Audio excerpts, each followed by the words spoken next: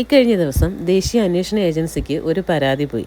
Palakkad BJP ജില്ലാ സെക്രട്ടറിയായ കൃഷ്ണകുമാറിൻ്റെ ഭാര്യ മിനി കൃഷ്ണകുമാറാണ് പരാതിയുമായി രംഗത്തെത്തിയത്. BJP കൗൺസിലർ കൂടിയാണ് മിനി കൃഷ്ണകുമാർ.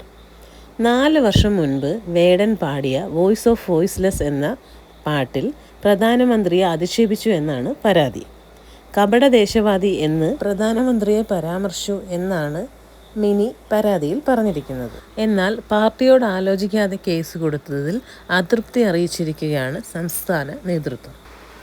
4 വർഷങ്ങൾക്ക് മുന്നേ പാടിയ ഒരു പാട്ടിൻ്റെ വരിയും പൊക്കിപ്പിടിച്ച് ഇവരെ വന്നേക്കുന്ന കാണുമ്പോൾ ഏതൊരു മനുഷ്യനും ഓർമ്മ വരുന്ന ഒരു ഡയലോഗ് ഇതായിരിക്കും: കുറച്ച് ഓവറായാലല്ല നാട്ടുകാർ ശ്രദ്ധിക്കൂ.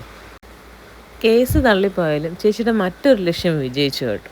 1-2 ദിവസം സോഷ്യൽ മീഡിയയിൽ നിറഞ്ഞു നിൽക്കാൻ പറ്റി. എന്തായാലും ട്രോളുകളുടെ പെരുമഴ തന്നെയാണ്. ഈ 21-ാം നൂറ്റാണ്ടിൽ ഇനിയെങ്കിലും ജാതിയുടെയും മതത്തിൻ്റെയും പേരിൽ മനുഷ്യനെ വിലക്കെടുക്കാൻ സാധിക്കില്ലെന്ന് ഓരോരുത്തരും തിരിച്ചറിയുക. ജാതി മതഭേദമന്യേ വേടനെയും വേടൻ്റെ പാട്ടിനെയും സപ്പോർട്ട് ചെയ്യുന്ന ഒരുപാട് പേരുണ്ട്.